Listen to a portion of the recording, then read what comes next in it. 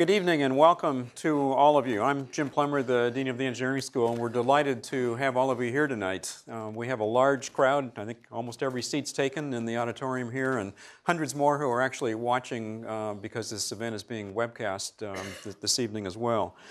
So as you all know, we're here tonight to celebrate and to honor Professor Emeritus Martin Hellman for his induction as a Stanford engineering hero.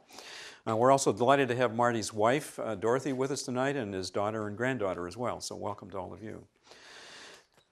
The Stanford Engineering Heroes Program was started about 3 years ago, and it recognizes the achievements of Stanford engineers who have profoundly changed or advanced the course of human, social, and economic progress through engineering. So far, there are 23 heroes that we've named to this point, and typically each year there are half a dozen or so that we name newly each year. And they're named because of their contributions to innovation, to entrepreneurship, to leadership, and to world-class teaching and research. Along with Marty, this year's inductees include Yahoo founders Jerry Yang and David Filo, earthquake engineering pioneer John Bloom, and Bill Perry, who is a former, as you all know, former Secretary of Defense. And we'll hopefully be hearing from many of them in the weeks and months to come at events like this.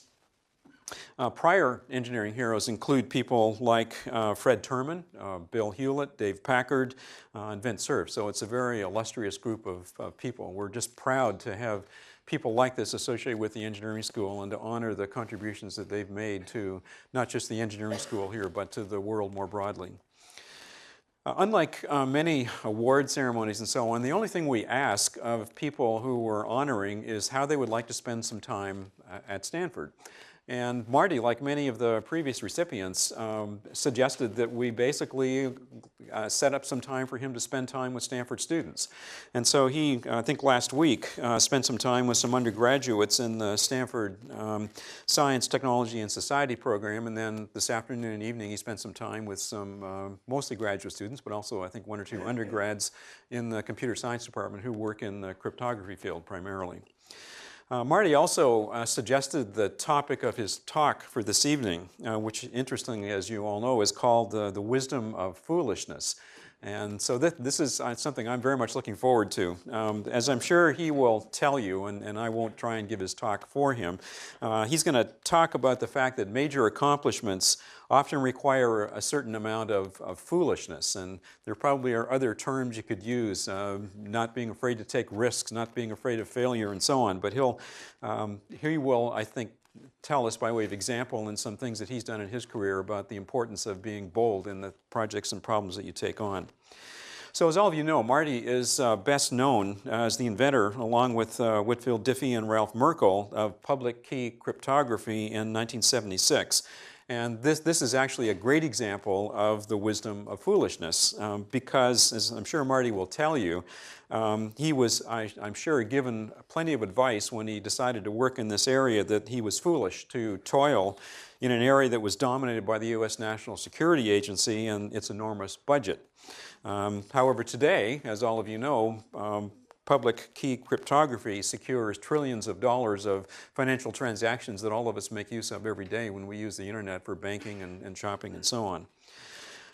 Marty also has a very deep and abiding interest in the ethics of technological development. He's a longtime activist in the computer privacy debate, and for the past several years, he's campaigned to raise awareness of the urgent need to defuse the threat of nuclear weapons.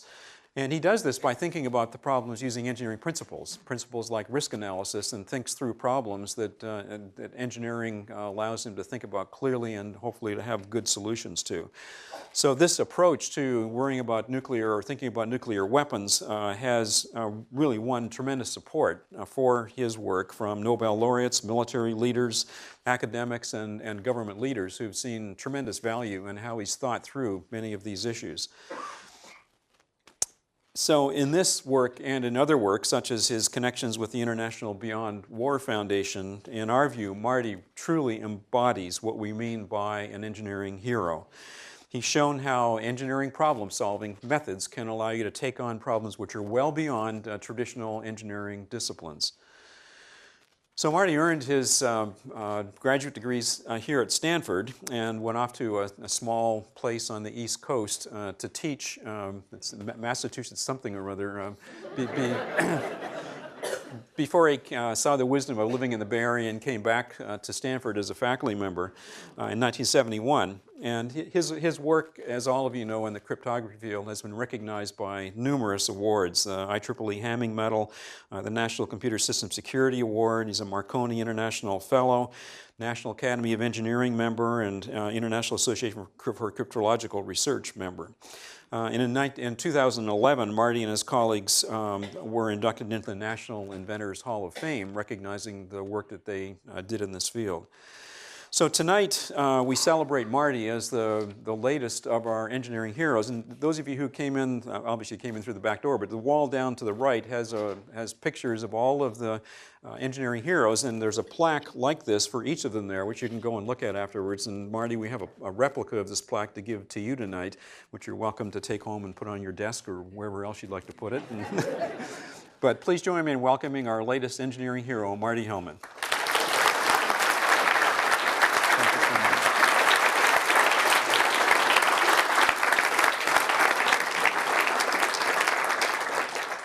Well, thank you, Jim. I couldn't have done what I've done in this career without Stanford University and School of Engineering. As we discussed over dinner, it's provided the environment that made this possible.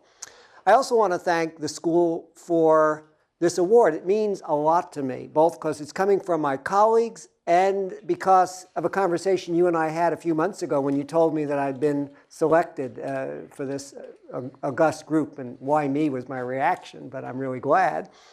And I assumed that it was for my work in cryptography, as most of my awards are. And Jim said, no, this is for your body of work, including my work with minority students in the 80s and 90s, including my work on reducing the threat posed by nuclear weapons, and that makes it doubly meaningful to me, so thank you.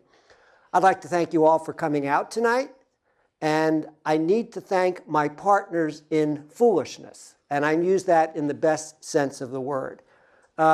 In cryptography, of course, Whit Diffie and Ralph Merkle, the co-inventors of public key cryptography.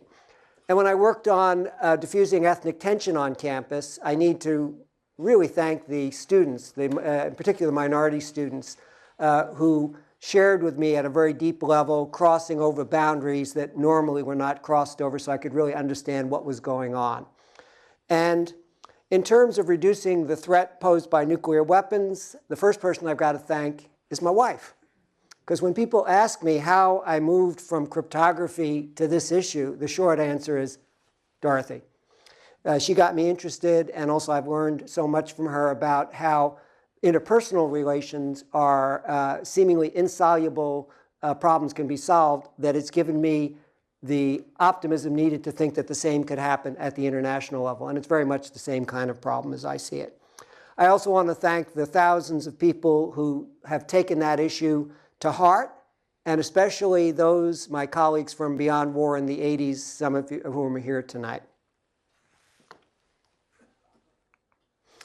The goal of the talk is to look at the wisdom of foolishness and really to encourage more people to take on what might seem like a fool's errand, and to see how doing that can sometimes be very wise and can even make major advances in society.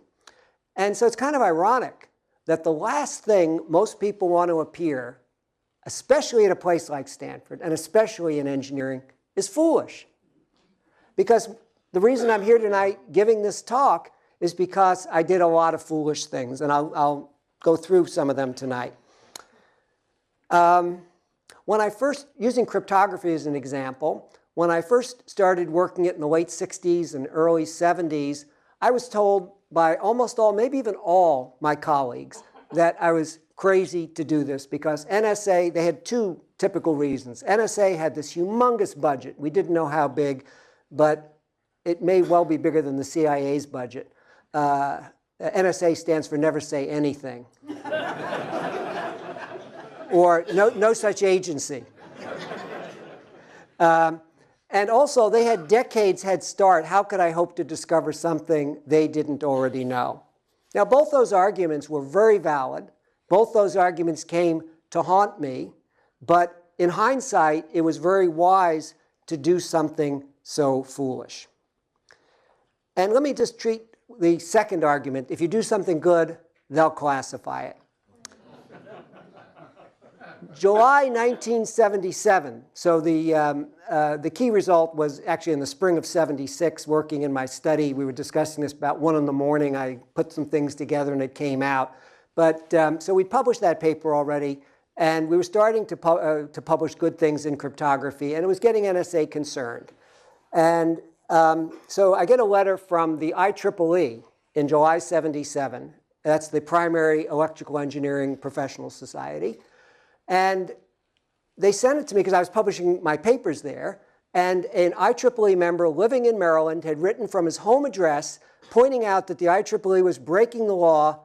And he'd never said exactly by publishing my papers. He said publishing papers in cryptography. And he cited several journal issues where I had papers. And so the IEEE wrote back to him, and they sent a copy to me saying, yeah, we're well aware of that law. But it's always been our position at the IEEE that we can't decide whether papers break it or not. It's up to the authors and their institutions. It's their responsibility. And so I took this letter to Stanford's general counsel, who at the time was John Schwartz, for 2 reasons. One, the university was potentially liable. And secondly, if I was prosecuted, I wanted to make sure I had the university's financial backing behind me. Because you bankrupt yourself. You can't mount a good defense. And so I'll never forget the second meeting I had with John, because the first one I present the material to him, he goes and studies it, and I come back, and he says, okay, I've studied it. It's my legal opinion that if this law is construed broadly enough to cover your work, then it's unconstitutional. Freedom of speech, freedom of press. But then, and this is the key part, he warns me, he says, but I got to warn you. If you're prosecuted, we will defend you. If you're convicted, we'll appeal. But if all appeals are exhausted, we can't go to jail for you. Oh, and the guy who wrote from his home address in Maryland worked for NSA. We found out later. He never told us that, but we were able to determine that. And so we weren't sure, but this looked like it might be NSA based telling us. And there was a lot of unhappiness in the agency because we were publishing papers that they would have classified above top secret. There were reasons for it, to protect your medical records, to protect, we could see the computer revolution, the computer communications revolution coming. And so John said one other thing. So I felt comfortable because this was post-Watergate, and so we can't tell you why, but for reasons of national security, please be quiet, didn't hold much water in 1977. But John said one other thing. I had 2 papers with students, one with Ralph Merkel and the other was with Steve Polig, at a conference coming up in October 77, 3 months later at Cornell University. And normally I would have the students give the papers. They give them the spotlight. And John said, I strongly recommend that you give the papers rather than the students. Because there was a question as to whether the university could expend funds defending a student versus an agent of the university who was bringing contract funds in, me. But he said, even more importantly, from a practical point of view, you have tenure. Your career can withstand a multi-year court case, which this was likely to be if it went to court. A newly minted PhD, not so good. So I went to Ralph and I went to Steve and explained what John had told me. And I said, with the university's financial backing, I'm not afraid to go forward with this. I'm confident we will prevail. And I said, whatever you want to do is fine with me. And they both initially said, no, we'll give the papers. About a week later, they come back to me. Their parents have been beating on them. And so to please their parents, I gave the papers. But at the conference, I wanted them to get the credit they deserved. And so when it was time, I brought them up, and with both of us went up to the podium. And I said, normally, Steve or Ralph would be giving the paper, but on advice of Stanford's general counsel, and everyone knew what that meant, I'll be giving the paper, but I want him to get the credit he deserves. So even though he's standing mute beside me, please consider the words coming from my mouth as if they're coming from him. And they got more attention that way than they ever would have by giving the papers. Now, for several years, we were not arrested at the conference. There was some concern we might be. And for several years later, after that, there was concern that, and there were repeated attempts by the government to pass legislation that made it crystal clear that publishing papers in cryptography and some other areas that they added on were born classified. That is, even though we'd never had any access to classified information in the area, it would be against the law to publish these papers. But fortunately, they moved to a voluntary system. And I have to credit Admiral Bobby Inman, who was director of NSA at the time, for this. He thought outside the box, and he still does. He's an amazing man.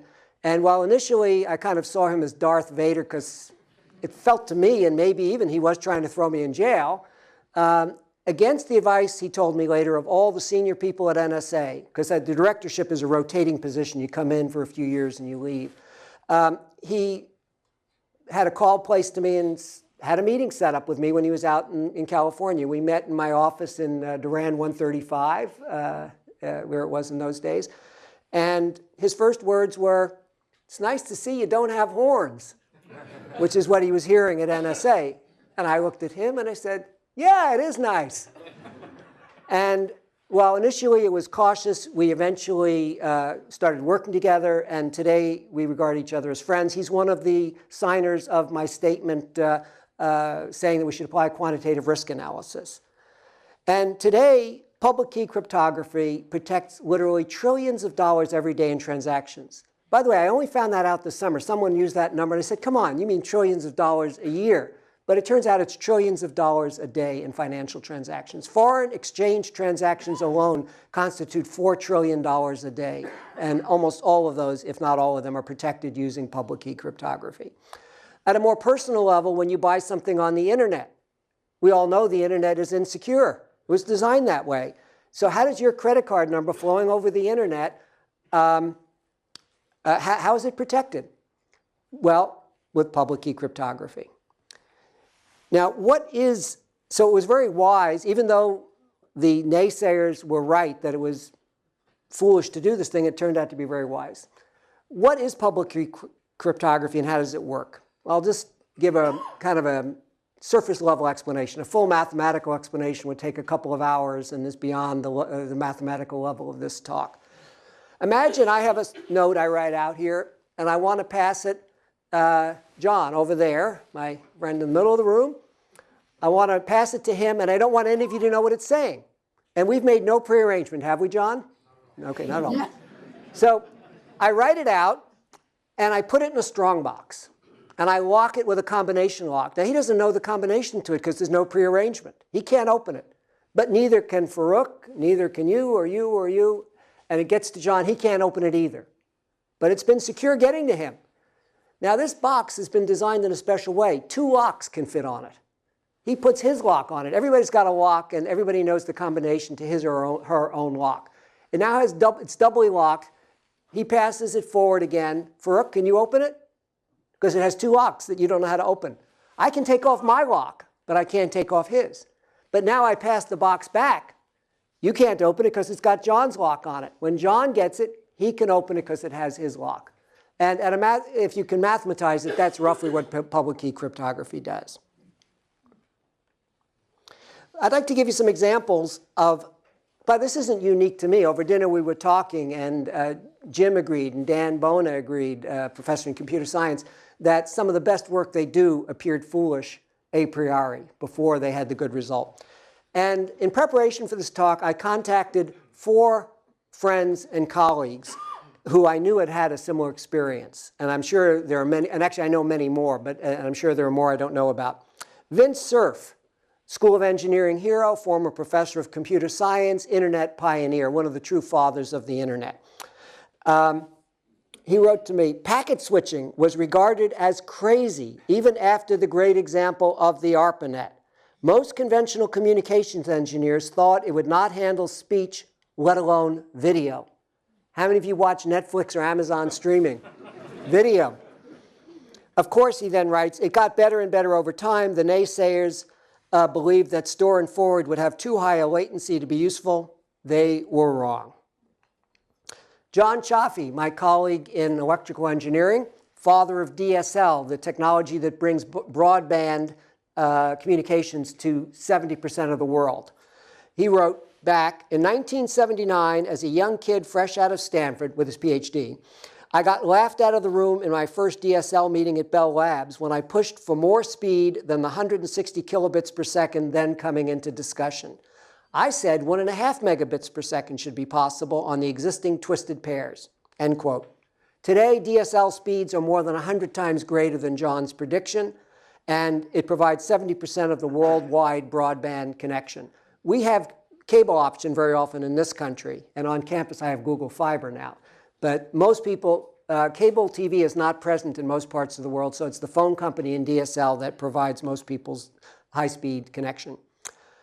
Federico Faggin, the designer of the first microprocessor, and Ted Hoff, its architect, had the same thing happen to them. And I wrote to Federico, and here's what he wrote back.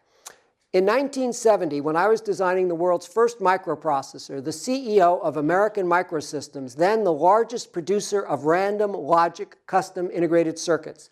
Now that's a technology which lost a lot of market share to microprocessors. That CEO was quoted in Electronics News as saying something like, and this is a quote, whoever thinks that a CPU, he couldn't call it a microprocessor because that word had not been coined yet, whoever thinks that a CPU will replace random logic is out of his mind. Coming back to Federico now, talking again in his email to me, I remember cutting out that article and posting it in my office as an added incentive to prove such myopic observation wrong. Brad Parkinson, in his hero lecture, Vint is a School of Engineering hero, as is Brad Parkinson. Brad is emeritus in Aero and Astro, and he was the chief architect and I think the chief salesman for GPS when everybody thought it was crazy. Here's what he wrote. The Air Force thought GPS was foolish. They saw no value in precision weapons delivery and certainly did not identify with the civilian applications which I, that is Brad, told Congress was part of the system from the very beginning. They also thought that the user equipment would be prohibitive, and in fact it was at first, but we could foresee the digital revolution underway. Brad continues, the first GPS units weighed about 150 pounds, used about 2 kilowatts of electricity, and cost about $250,000 each. Today, a GPS receiver fits on a chip, weighing a fraction of an ounce, uses milliwatts of power, and costs about $2. Now, you pay a lot more than that for a GPS device because there's more than a GPS receiver in it, plus profit margins. Brad goes on to write, none are so blind as they who refuse to see. The Air Force generally persisted in their view until the first Gulf War showed what the system could do. Okay, there are many more examples, but with those four, I hope you see that many, maybe even most great advances appear foolish when they're first being worked on before they've paid off. So don't be afraid to do that. When the first time I gave a talk like this, students came up to me afterward and said, I'm going to go back and look at some research problems that I've put aside. I was telling Jim I wish I'd gotten their email addresses and could find out how many paid off. Now, returning to my own personal experiences with the Wisdom of Foolishness, I have another example which I really like because it didn't take any advanced degrees. It didn't take advanced mathematics. All it took was curiosity, a power meter, which costs about $30, so anybody can buy one of those, and critical, being foolish enough to think the government might actually be interested in improving its regulations. So here's what happened. I bought a new TV late in 2008, major premium brand of TV, so not bottom of the line. And it was going in a place where we rarely watched it. It was just occasional use. And so I wanted to make sure that its power consumption when it was off was really low, because most electronics devices today only go into standby mode. They still draw power. This one was advertised as drawing less than 1/10 of a watt, really small. But I did what I do with all new appliances when I got it. I plugged it into my power meter, let it sit for a few days in what should be standby mode, and found the damn thing was drawing 15 watts average. Wow. 150 times the specification. The manufacturer was of almost no use in helping me figure it out, but some detective work, I figured out what was going on. I thought that the TV was either on or in standby mode when it was plugged in. But there's a third mode that had just come into use called download acquisition mode. That's the free electronic program guide that you can get. It's like a TV guide, and it's downloaded over when your set's off. It's being, or in download acquisition mode, it's being downloaded. It was drawing 20 watts in download acquisition mode 75% of the time, which averages out to 15 watts. The rest of the time, it was drawing almost nothing.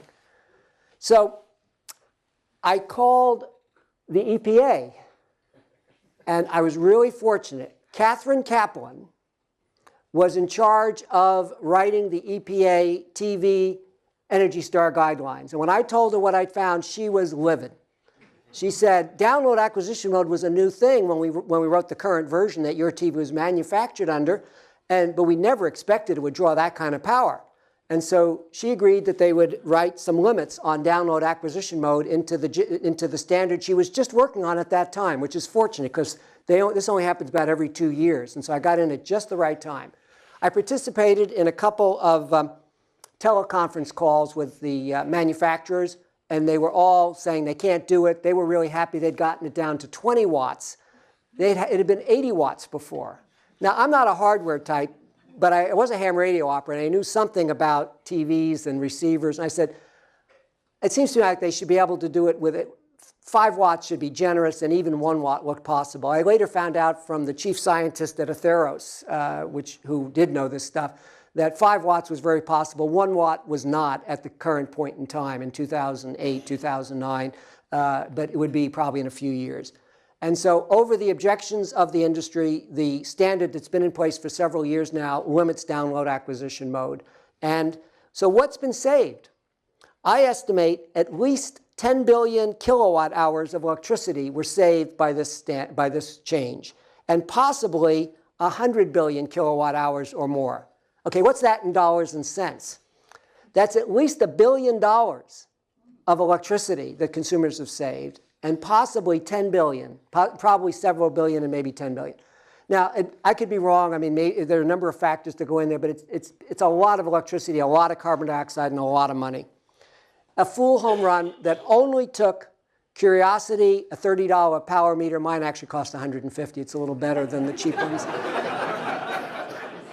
And the foolishness to actually call the EPA, because 99% of the time when I do things like that, it does not pay off. I'd like to turn to another fool's errand that became a fool's home run, and this was the work in Beyond War in the 80s. Ronald Reagan came into office in January 1981, and he brought the nuclear threat into sharp focus.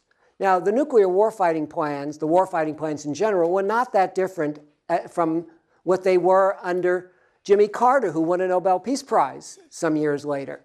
But Reagan was more honest about it, and he talked in the first few years. He changed in his second administration. He talked about eliminating these weapons. But in the first 3 or 4 years, all the talk was about fighting and winning a nuclear war. And that got a lot of us really concerned, and it focused our attention. And out of that came this group called Beyond War, which I worked in along with my wife and some of the other people in the audience today.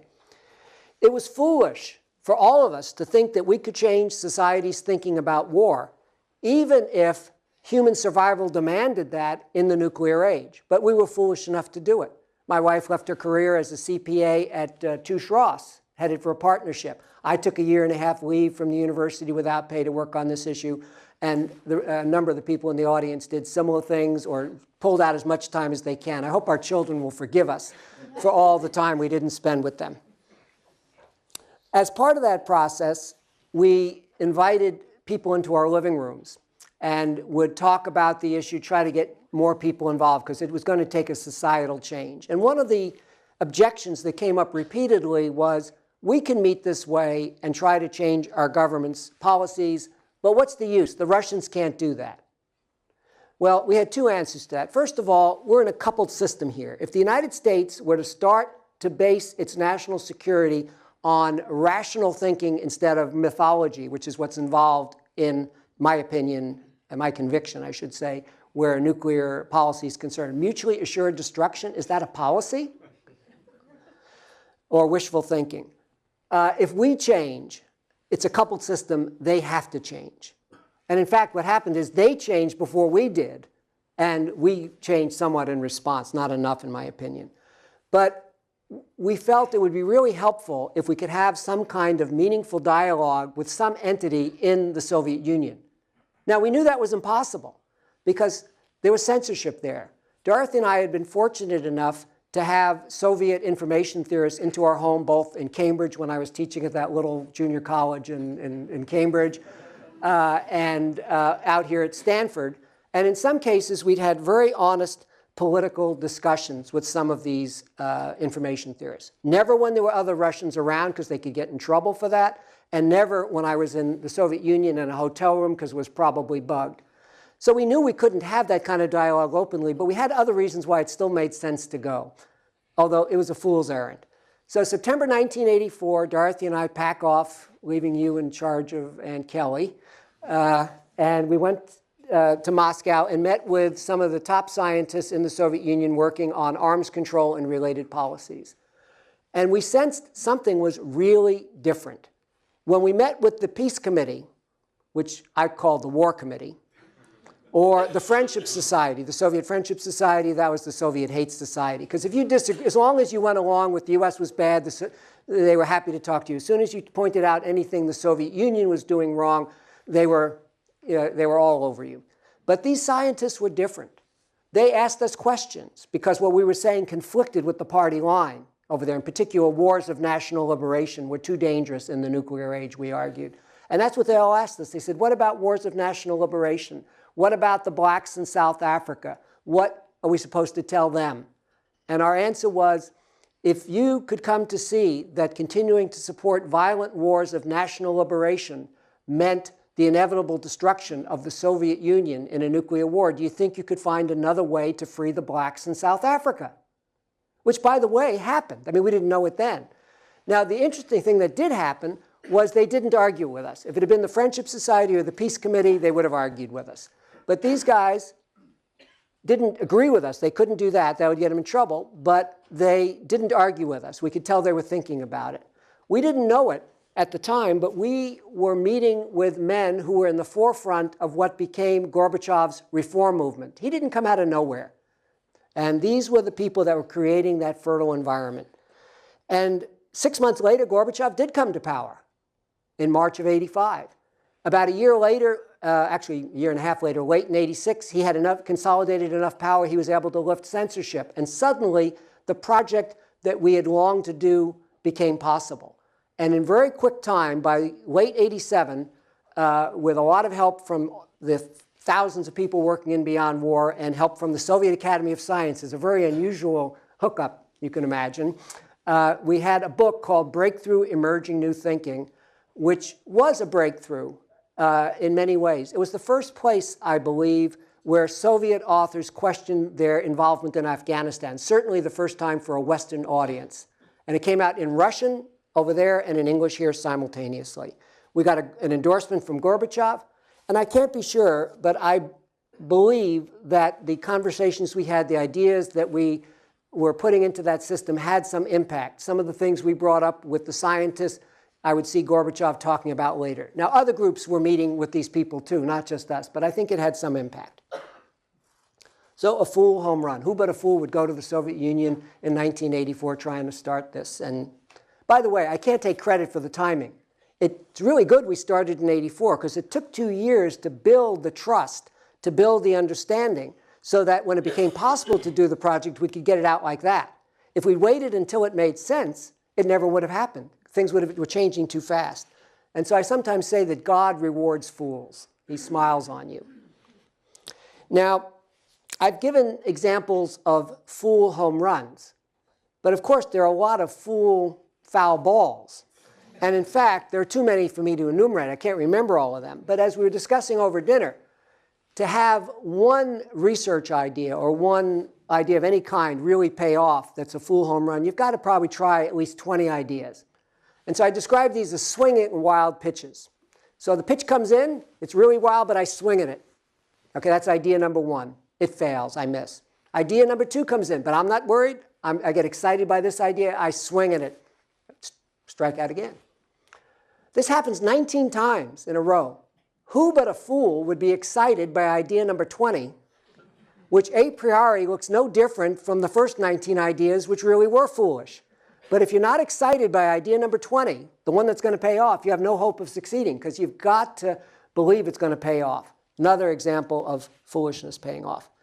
Now, there's another side to it. There is an example of seemingly wise, that is prudent behavior, ending up being foolish. And Dan said I can tell this story, Dan Bonet. Google, as you know, came out of the research of two graduate students here in CS. And so people in EE and CS were the first ones to be using this great new search engine. John Gill, in fact, told me about it.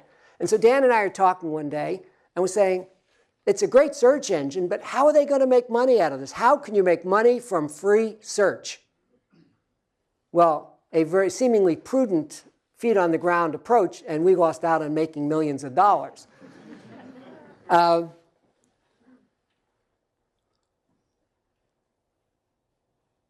We should have asked the question as a question instead of using the question as a statement. How the hell are they going to make money from free search? We should have said, how could they make money from free search?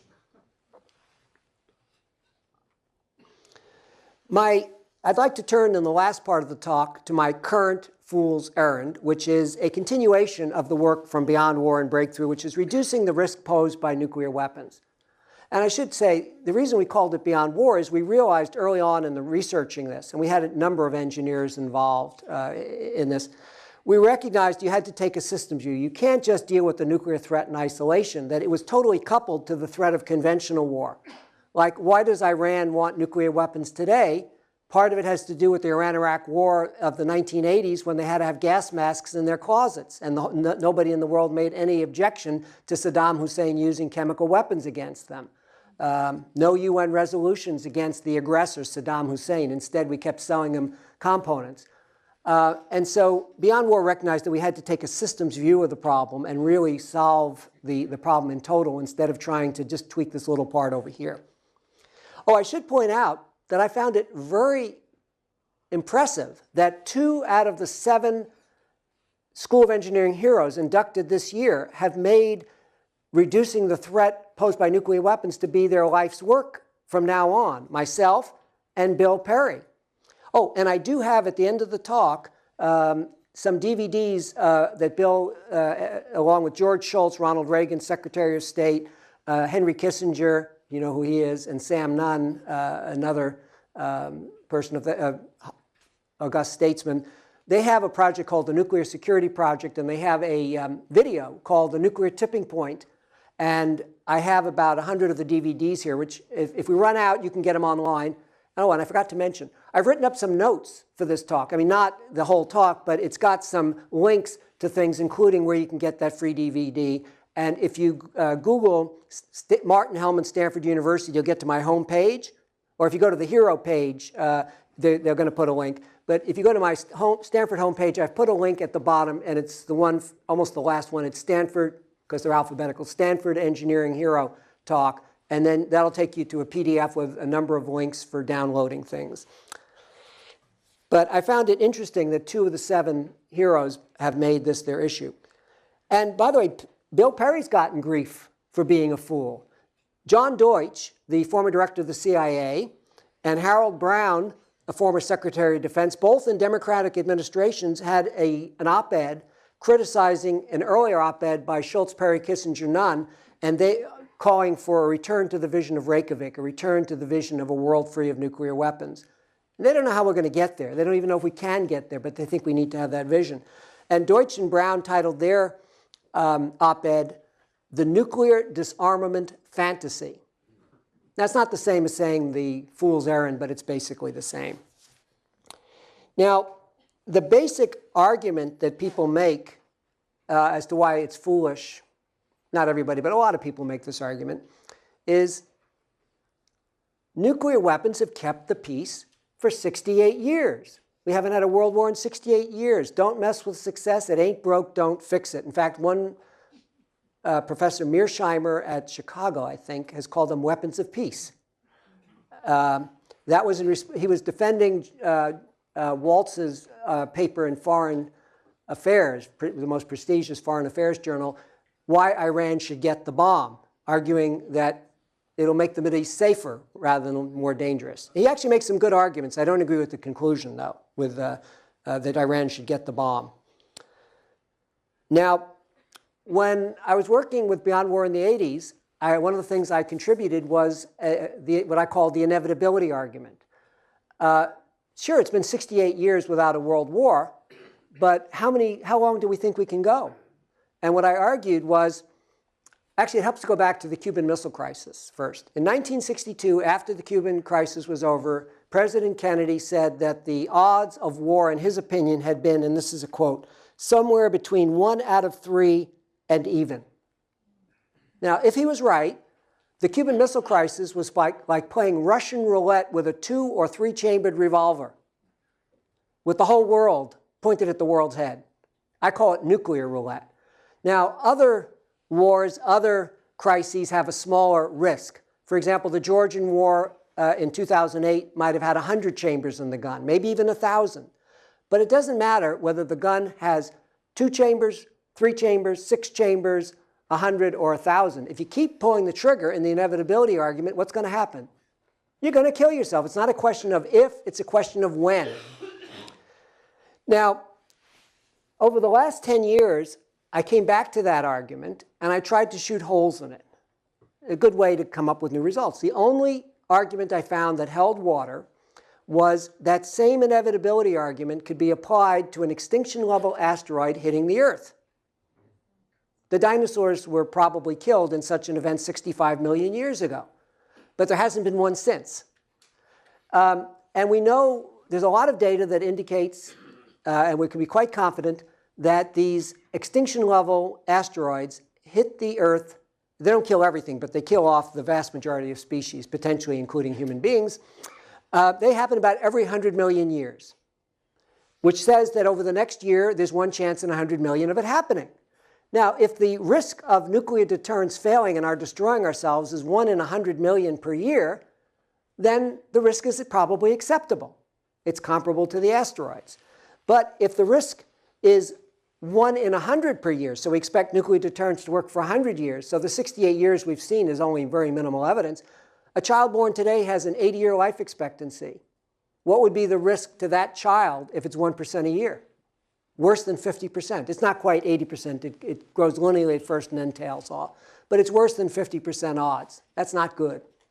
And so what I saw was we had to try to estimate quantitatively the risk of nuclear deterrence failing. And I had no idea how to do this.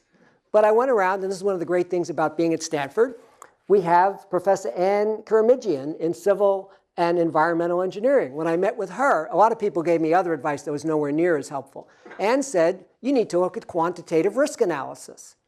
The same thing happened when I talked with Professor Elizabeth Pate Cornell, who's kind of Ms. Risk Analysis. She's one of the world's leading experts in the area. And also, I need to acknowledge Dwayne Steffi, Dr. Dwayne Steffi at Exponent Incorporated, formerly Failure Analysis, who also put me on to this. It was all kind of happening about the same time. I'd never heard of quantitative risk analysis before, but I decided I need to learn what this was. Quantitative risk analysis allows you to assess the risk of catastrophic events that have not yet occurred.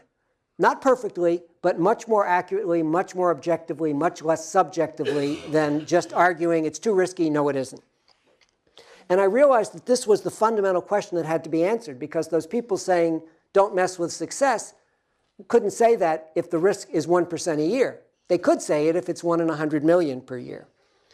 And this seemed like the magic bullet. And this was reinforced by early success. I went to Don Kennedy, the former president of Stanford University, wrote a statement of support for applying this approach. He signed it within 24 hours. Bill Case, former dean of engineering, same thing. 2 Nobel laureates, Martin Pearl in physics, Ken Arrow in economics, signed on. Again, almost immediately hearing about it. And Admiral Inman, my former adversary turned friend at NSA, looked at it and he agreed that it made sense. He signed it. By the way, in addition to being former director of NSA and deputy director of the CIA, Admiral Inman was nominated to be Secretary of Defense in the 90s by President Clinton, but withdrew his name for various reasons. So this is a man who really understands national security. Dick Garwin, whose name probably doesn't mean as much to you, but this man, he's Enrico Fermi was his advisor. He says, Dick Garwin's the one true genius I ever met. And he was one of the key people in making the first H-bomb work, and he's highly respected within the defense community, and he signed on. So I thought it's working. This is going to solve the problem. Unfortunately, in the 5 years since, not much has happened. I was back in Washington in October trying to get Congress, which I've been trying to do for 5 years, to authorize a National Research Council, National Academy study. And it's not going to happen with this Congress, no way. But I'm still trying. I've swung at a lot of wild pitches on this one too, but I'm still, I think you can tell, I'm still excited and we're still going to find a way to make it work. If any of you have ideas, you got some connections, could be in other countries. We could get the National Academy of Sciences in some other country if it's up to it doing something like this. So how does quantitative risk analysis work? It breaks down a catastrophic failure. So here's normal behavior, here's catastrophe. It doesn't just look at the jump. It recognizes that there's a chain, an accident chain that takes you there. Good example is the Concorde, the supersonic transport. Fatal crash in 2000 after almost 25 years of crash-free experience. Prior to the fatal crash, it was the safest airliner to fly, at least based on the empirical statistics. No fatalities per billion passenger miles flown. After the crash, it was the most dangerous airliner to fly by more than a factor of 10, possibly a factor of 100. There's some numbers I haven't been able to get a hold of. That's because there were so few Concordes. And the accident occurred because a piece of debris on the runway hit a tire, the tire blew out, the blowout hit a fuel tank, causing it to rupture, causing a fuel leak, leading to a fire, leading to the crash. Accident sequence. Now, we'd never seen a fatal crash of the Concorde, but we'd seen a lot of tire failures and a lot of fuel leaks. It was known prior to the crash that the Concorde had a problem with tire failures. Not double that of the normal jetliner fleet. Not 5 times, not 10 times, but 60 times higher than that of the normal jetliner fleet. 6,000% above normal. And in more than 10% of those tire failures, fuel leaks occurred as a result. It was a disaster waiting to happen, but nobody had the guts. No one was foolish enough to say we should ground the Concorde. He would have been called, or she would have been called, Chicken Little Cassandra. So there's an example where if QRA, quantitative risk analysis, had been applied to the Concorde, I suspect it would have been grounded long before the fatal crash. What are some of the partial failures of, so what it looks at is these partial failures, the excursions from normalcy prior to catastrophe. Have we seen any of those with nuclear deterrence? Cuban Missile Crisis, 1962, is the one most people know about. There are a whole bunch of others, unfortunately, that most people don't know about. There was almost a repeat of the Cuban crisis of 62 in July 2008. Almost no one knows about it, including most of my, well, now they do because I've told them, but most of my colleagues over in CSAC, which studies these things. It just didn't make the news. But in analyzing the Cuban Missile Crisis, I've identified 6 key mistakes that took us there. And in my opinion, 5.5 of those mistakes had been repeated in July 2008. And we were half a step short of being there. Because the last half step did not occur, almost no one knows about it. But the same thing could happen again. It has to do with our missile defense system and the Russian objections to it. Basically, they threatened to put bombers in Cuba to hopscotch over it. The Georgian War of August 2008 was not as big an excursion, but still an excursion. And if the July 2008 Cuban bomber mini-crisis had been a month later during the August 2008 Georgian War, it would have made things much more dangerous. These overlaps are really something you have to watch out for. Mideast wars in 67 and 73 both produced nuclear near misses. Another Mideast war can have the same effect. India and Pakistan have nuclear weapons and have fought several wars, including one, admittedly smaller than the others, when they both were nuclear armed. And there are other examples involving terrorism that I'm going to skip over.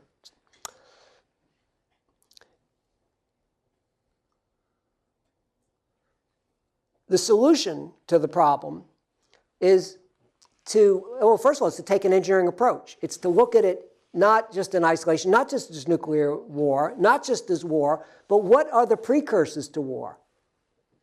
It turns out, you can even go further back, a lot of it has to do with the assumptions that we make that we don't even know are assumptions. We take them as self-evident truths. And if you have wrong assumptions in your logic, no matter how logical you are from there on out, it's a house of cards. And in the notes for this talk, which you'll be able to get online, in fact, they're going to send, I think Jamie said they're going to send it to everyone who's registered as well. I have a link to my class notes on this. It's the section on critical thinking. And one of them, for example, is, in fact, the first assumption that I list there is the US is the world's sole remaining superpower. You read that so often, you can't help but almost believe it's true, or believe it's true.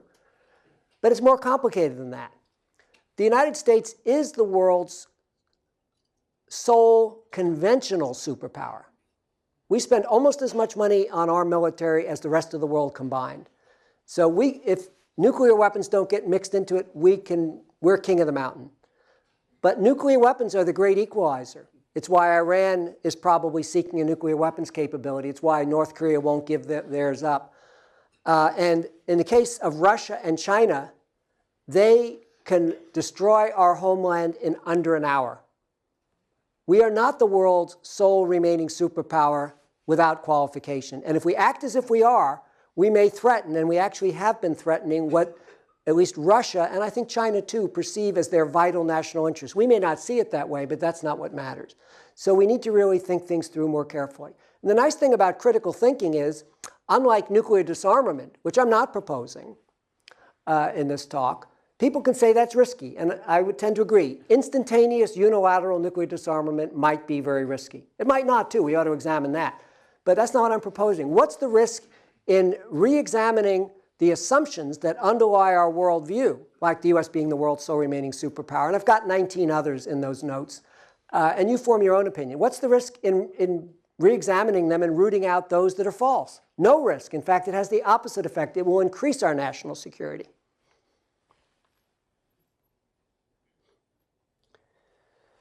See, I'm skipping over a couple of things because it always takes longer than I think.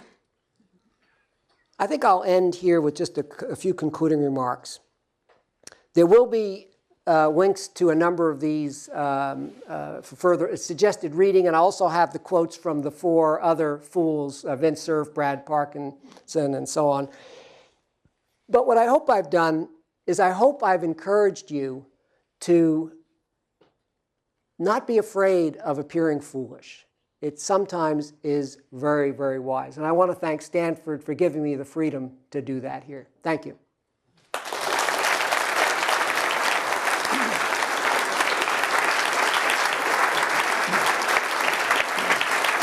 Thank you. That was terrific.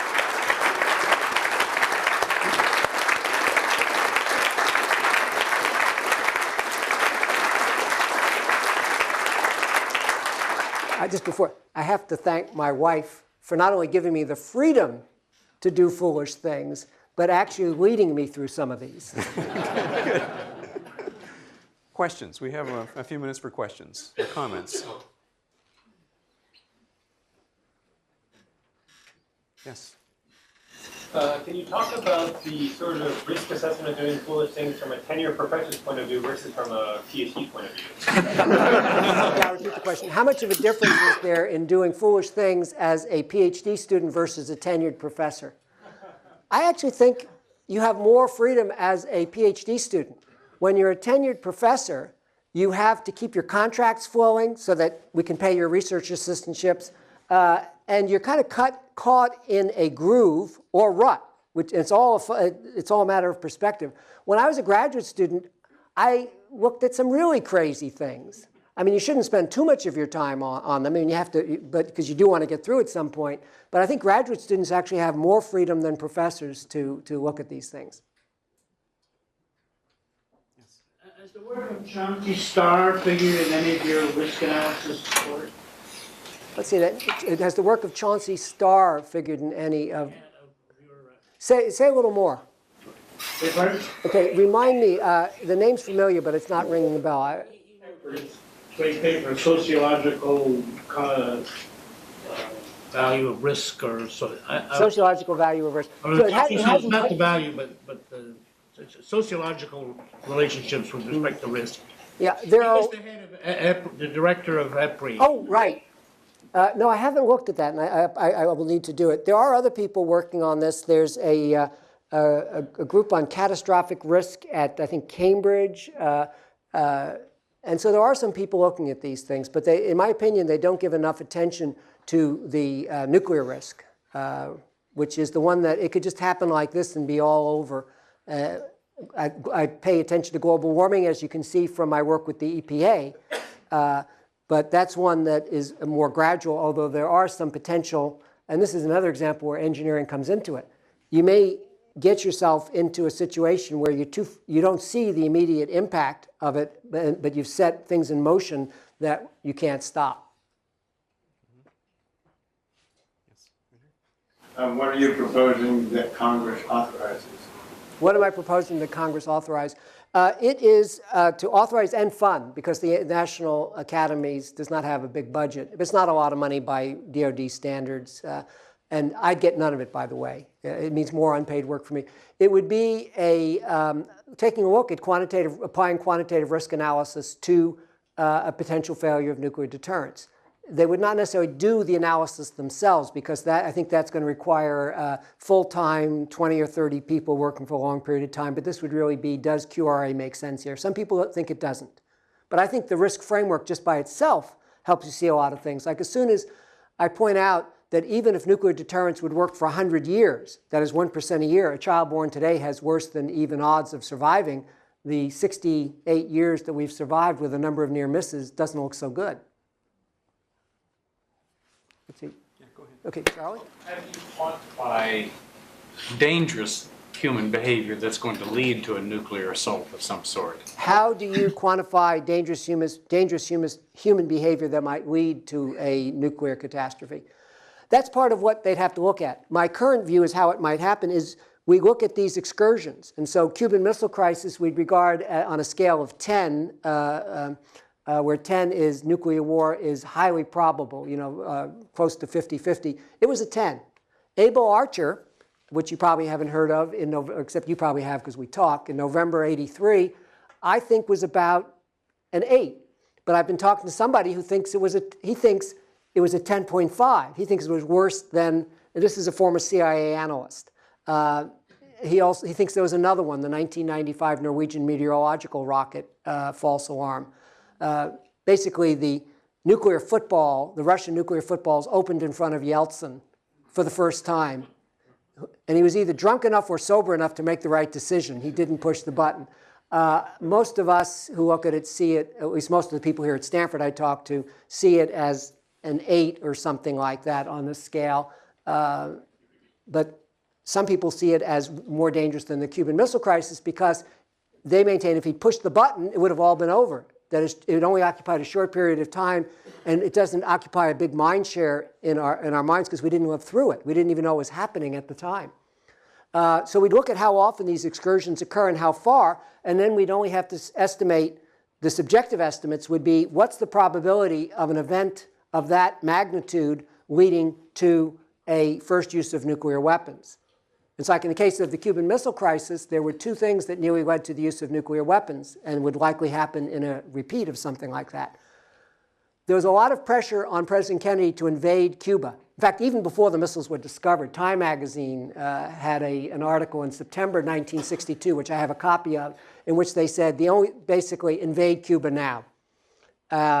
And what we didn't know is that the Soviets had placed battlefield nuclear weapons on Cuba to repel just such an invasion. And so if our troops had come ashore, they would have been vaporized. And several Soviet submarines were forced to surface near the quarantine line, we didn't know they had nuclear torpedoes on board. And according to the crew of one of them, B-59, the captain came close to using it. We don't know how true that is, but there are indications. So you'd look, just like with the Concorde, you'd look at how often tires are failing, you look at how often you get fuel leaks, and then you try to estimate from there. But there are other ways one might do it. Okay, Jim, go ahead. Yeah, please. I've read numerous articles that claims that the terrorists would have an easy job to get a hold of nuclear capability from stealing from Russia or from North Korea, especially that of a dirty bomb. Why do you think that's not happened, or do you think the authors are wrong?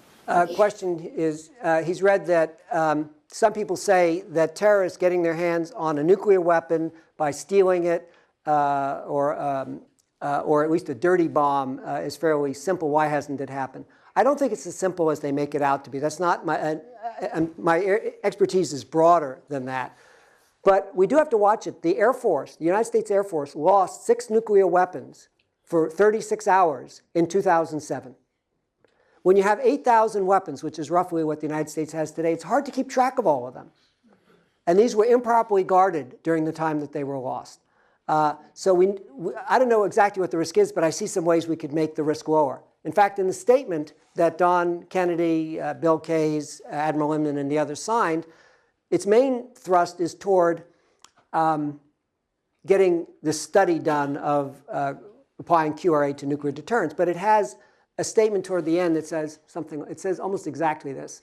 As an example of an early step that might be taken to reduce the risk, a few hundred nuclear weapons would deter any rational adversary, and no number would deter an irrational adversary, meaning a terrorist. Either side, either the United States or Russia, or China for that matter, could therefore make reductions in their arsenals with little to no loss in national security. And it then goes on to say it could even be argued that it would enhance national security by reducing the risk that terrorists get their hands on one. So we should be taking, and by the way, Shultz, Perry, Kissinger, none are focused primarily on nuclear terrorism and trying to minimize that threat. Yeah, I just had a question. So one half of the problem is getting people to recognize the certainty of an issue, right? So let's say people buy off that if you have nuclear weapons, there's a 100% chance of having them go off in the next 100 years. The second piece of the problem is getting behavior change and actually get people to do whatever that suggests. Have you worked on that piece of the problem and have any thoughts about that? How do you get people to do what's in their self-interest? Yeah. That's the question. It's very hard. The fundamental problem is not nuclear weapons. The fundamental problem is that technology, engineering, has given us godlike power, power that traditionally only God was supposed to have. The ability to create new life forms. Traditionally, only God was supposed to have that power. We can do it today with genetic engineering. Destroy civilization, nuclear weapons, we have that power through engineering. Create floods. And so we have this, our physical power is godlike. Is our maturity level as a species godlike? No. Where is it? I'd say at best it's irresponsible adolescent. There's some very responsible adolescents, but irresponsible 16-year-old. So so as I look at it, there's an underlying problem to all of these problems, and that we don't have to work on them individually. We really have to work on growing up as a species. And I focus on nuclear weapons because it's the one where it's hardest for people to say, let's wait and see. I'm hoping, though, if we see the horrendous risk that we've taken here, the horrendous mess we've gotten ourselves into, and the tremendous luck or grace of God, or whatever you want to call it, why we've survived in spite of that, that we'll then wake up and apply it in other areas as well and solve these other problems instead of saying, let's wait and see. But it's a tricky one. I actually have talked with Carol Dweck in our psychology department. Her research is on why some people, when confronted by she works at the individual level, although I think she has a recent paper that's gone in this direction, and I don't know, maybe our conversation had something to do with it. Highly respected, bestseller books. Her research is why some people, when confronted by a task that's above their current ability level, a lot of people run away. But some people are actually attracted by it. They kind of go, oh, goody, here's a chance for me to learn something new. And what she found is people have one of two mindsets typically. One she calls the fixed mindset, where ability is fixed and immutable. You're born with a certain amount of it and you can't change it. So what do you think those people do when confronted by a task they don't know how to solve? They run away. They don't want to appear stupid, foolish. Other people have a mindset where ability is like a muscle. If you do exercise, you can enhance your ability. And those are the people who run toward the mindset, toward these problems. And she found that it was possible to pull people depending on how you phrase the problem. People with the fixed mindset could actually be pulled somewhat in the other direction if you first told them about people who would overcome adversity. For example, Einstein having learning disabilities as a child, having difficulty in school, and only later doing his great work. And in fact, Bill Spicer, our now deceased colleague, who was a great man in solid state theory, I had a wonderful conversation with him in which he said, yeah, when I was a kid, they diagnosed me as retarded. At the top of his field later, he was dyslexic, highly dyslexic. And so if you emphasize the ability of people to overcome and to learn from problems that are above them, then they tend to move toward it. In the same way, when I read about her work, I said, this is what I've been confronting at a societal level. I can't count the number of times people have told me, you can't change human nature, even if survival is at stake. And so when we worked in Beyond War, we kind of understood this at an intuitive level, because we always talked about the seemingly impossible changes, the fool's errands, like the suffragettes working on women voting. It was going to destroy the family. Women obviously couldn't vote for the right person. They're too emotional. And getting rid of slavery. We did that at an intuitive level, but I've tried to make a case, and my Wisdom of Foolishness talk helps, I'm hoping is helping to do that. But we need to know more about how to do that. One or two more? Yes. I'm curious if you looked at the relationship between the Doomsday Clock and what you were proposing. Yeah, I actually recommend, the Doomsday Clock is the Bulletin of the Atomic Scientists have this Doomsday Clock. I think it's 5 minutes to midnight right now, and it was back in the 90s when times were better between the US and Russia, back at 17 minutes to midnight, if I remember. I've argued that the Doomsday Clock is not the right thing, that it really should be a risk per unit time. See, that's the fundamental mistake that people make. They say, what's the risk of a nuclear war? It's the wrong units. It's what's the risk per year. The risk over time is 100% if we don't drive it rapidly to zero. And so that's actually the solution. And so I argued that they should have a risk meter rather than a minutes to midnight meter, but they didn't go for it. And there's too much invested in that. Yes. If you did, like they said before, if you got everyone to agree that there is a certain amount of risk, what would you do as a next step to try to, because you said you didn't want to take away nuclear weapons completely, but what would be a next step to moving towards diminishing the risk? What would I do to diminish the risk? Well, first of all, even if I wanted to get rid of nuclear weapons immediately, it can't happen. It's going to take years to dismantle all of these. Bill Perry in a talk was talking about how long it's going to take to get rid of 20,000 nuclear weapons. What I'm arguing we need to do, and actually we know this from mathematics, we need to drive the risk to zero rapidly enough. We need to keep reducing the risk and not stop when we've reduced it by an order of magnitude. Okay, that's good, but we still have to reduce it further. We can't give up.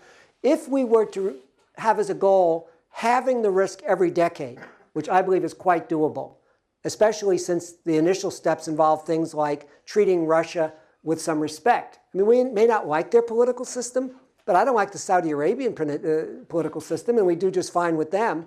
Why have we demonified Russia? And so if we can start reducing the risk by a factor of 2 over the next decade, and reduce it again by a factor of 2 over the next decade, and keep doing that, and not give up even when we've reduced it by a factor of 100 compared to now. We have to keep working at it. That child, if it's 1% a year right now, that child with an 80-year life expectancy would have roughly a 10% risk over the first decade of his or her life, 5% over the next decade, 2.5% over the next decade. It would add up to 20%, which is still horrible, assuming it's 1%, but is a lot better than the rough, I think, 60% risk that the child bears now. If we can reduce it by a factor of 2 every 5 years instead, we would roughly have it again, down to 10%. And maybe the annual risk right now is below 1%. Maybe it's more like a half of 1%. But that's what... Steps would you take to get it completely diminished? The handout, the suggested reading, will have examples. I have a seminar called Nuclear Weapons, Risk and Hope, and all the handouts are online, and there will be a link to the handout list. One final question. Yes. Thank you. I was wondering if you could describe a little more of your interaction with the congressional folks. And is there still that pot of money that they authorized in the New START Treaty to modernize our weapons? I mean, was money one of their reasons, and how did that go? The question relates to the fact that for President Obama to get the New START Treaty ratified, which cut the number of deployed nuclear weapons that the U.S. and Russia have to 1,550 from a little over 2,000, he agreed to fund, I think, $85 billion additional over and above the weapons labs, national labs as they're now called, budgets over the next 10 years. And what's happened to that? I believe, from what I've been reading, because I haven't been following it totally closely, that agreement is now in question, both because there's the sequestration issue, and also John Kyle, who required that before he would consider voting for it, didn't vote for it, a lot of the people that required that. Other Republican senators, notably Johnny Isakson from Georgia and Corker from Tennessee, are getting upset with Obama that he's now questioning whether he'll fund that. So there is food and drink out in the lobby. We'd welcome you to stay around. I think Marty will be around. Will be able to stay for a little bit. And obviously there are lots more questions. Thank you. That was terrific. Thank you so much.